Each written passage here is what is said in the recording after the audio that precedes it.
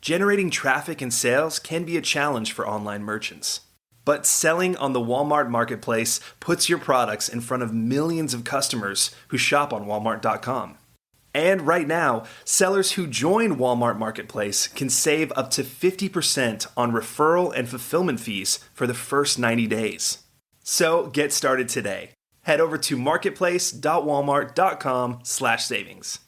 That's marketplace.walmart.com/savings. Today's podcast is sponsored by SLI Systems, providers of intelligent site search and navigation solutions. Learn more at sli-systems.com and listen to their interviews at ecommercepodcast.com.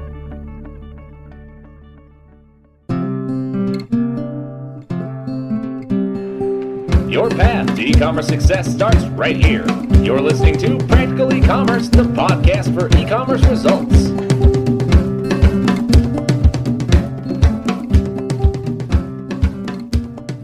Welcome back to another episode of Practical E-commerce Podcast. My name is Brian Getting, and this is our weekly podcast for the week of September 18th, 2006.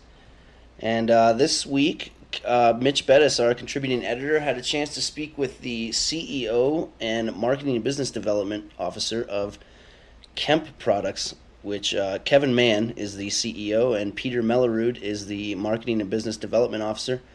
And KEMP is a company that makes load balancers and server load solutions. It's kind of hard to describe, but basically a setup to help people who are having sort of slow servers and maybe looking at trying to get additional servers or other ways to handle large amounts of data transfers. They make products that help in that realm. So I'm going to go ahead and turn it over to Mitch, who's speaking with Kevin Mahon and Peter Melerud of KEMP.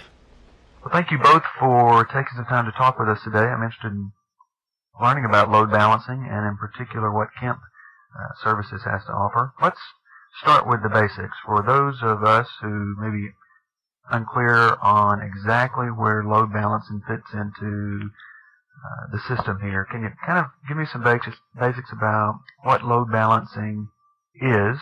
Is it a hardware option, a software option? What is it? And then in general, what it does. What service does it provide to me that I need to be aware of and be paying attention to? Okay. Thanks very much for the opportunity. Load balancing, I guess, really sort of appeared in the late 90s, and it has grown and matured since then. Today, we see load balancing in a couple of forms. We see it as a software-only type of a product, and we also see it as what we call an appliance product. Appliance meaning an integration of hardware and software delivered together for easy installation and greater performance and predictable performance. KEMP Technologies offers an appliance version of it for load balancing. In our market, we gear our market toward the small, medium-sized businesses. Load balancing was created for the purpose of ensuring that when a user came to a website, he would be directed to the server which was working best for him at that time in a real-time fashion. So that when a user comes to the website, the load balancer acts sort of like a traffic cop and directs the users to all of the available servers for the particular request that he's going to make. Today, or in the past, load balancers have really been almost dedicated to, let's say, the Fortune 1000 because of the pricing strategies of the existing vendors that have been out in the market since load balancer technology has come about. They're typically sold in a redundant configuration. On occasion, they are sold in a single configuration, meaning one unit. But redundant for HA or high availability is the more typical sale that the load balancer is sold in. The vendors, up until really KEMP came along, were charging anything in the area of maybe $30,000 to $70,000, $80,000, $90,000 for a redundant configuration. And as a result, roughly about 80% of the Fortune 1000 companies out there are using load balancing technology throughout their corporate infrastructures. Load balancing has evolved from being just a pure load balancer that is directing users to the best server available at that particular time, to also enabling SSL, which is Secure Socket Layer encryption, to both the website and, of course, working with the end user's client site. And formerly, before load balancers came around, users would just put an SSL accelerator in front of each of the servers, and they would do the encryption on a one-to-one basis, server-to-client basis. Today, with the load balancer, you're able to put one load balancer in front of X plus one number of servers, and the load balancer handles the encryption for all of those servers. So, two functionalities, the distribution and the SSL. A third major functionality of the load balancer is to test all of the servers that it is going to be distributing users to. And we run those tests, or the load balancer runs those tests on a layer 4 or a physical, just testing the servers themselves, or also all the way up to a layer 7 functionality where you're actually looking at the applications. And then maybe the next most important functionality that's there is a persistence functionality, whereby the load balancer allows the user to return to the server that he was last at, in case he was interrupted maybe by lunch, a long phone call, a meeting, or something of that nature there. So the load balancer is a utility that's now used certainly throughout the Fortune 1000 companies, and KEMP is trying to bring that utility at an outstanding price level, an affordable price level, to the small and medium-sized businesses. If I don't have any kind of load balancer employed at the moment, are there signs, symptoms, something going on within my business as an owner I can say, that's why I need a load balancer to help solve this problem? Is it going to be something my customers see and then complain to me? Or is there something that I could see as an owner or begin to see trends as my business grows that says, okay, now it's time to invest in that? Are there some kind of symptoms? Peter here. We kind of try to give you a few answers on this topic, especially from an e-commerce perspective.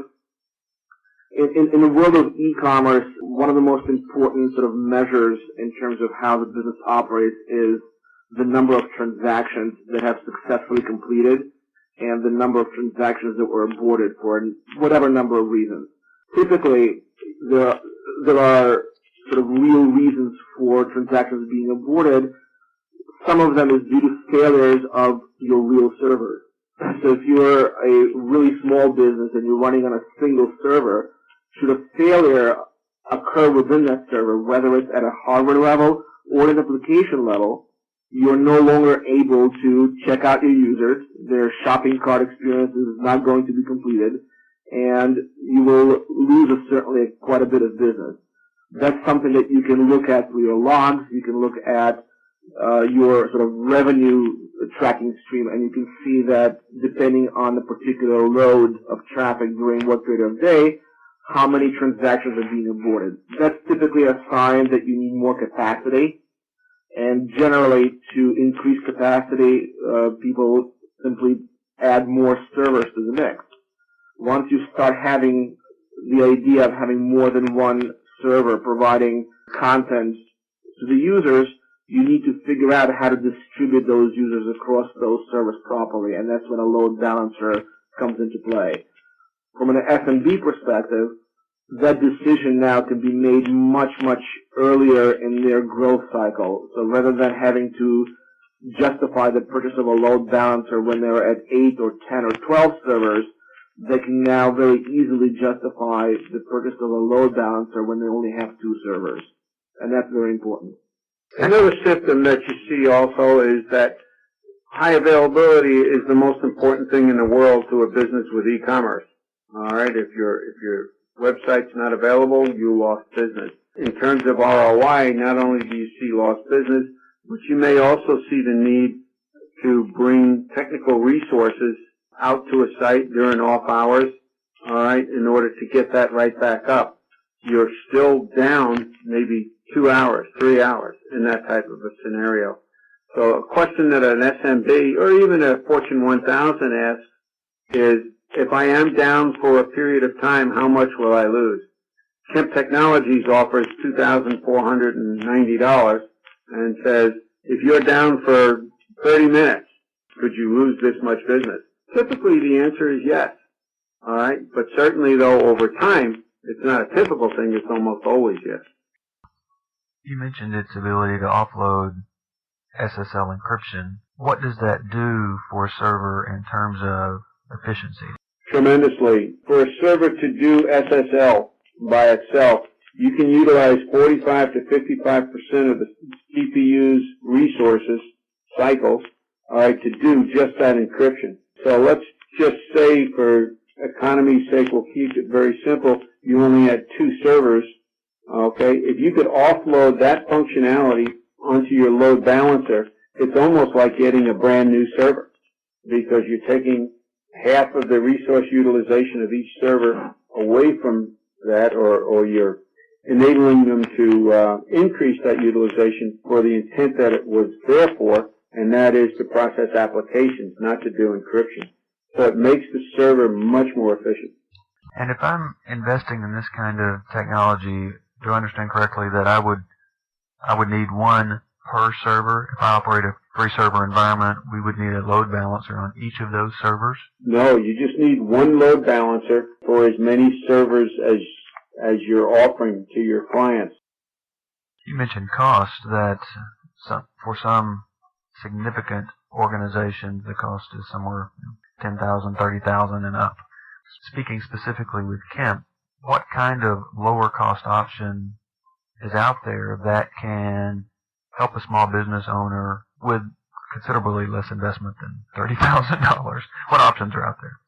Today, KEMP Technologies offers a load balancer called the Loadmaster 1500 for only $2,490.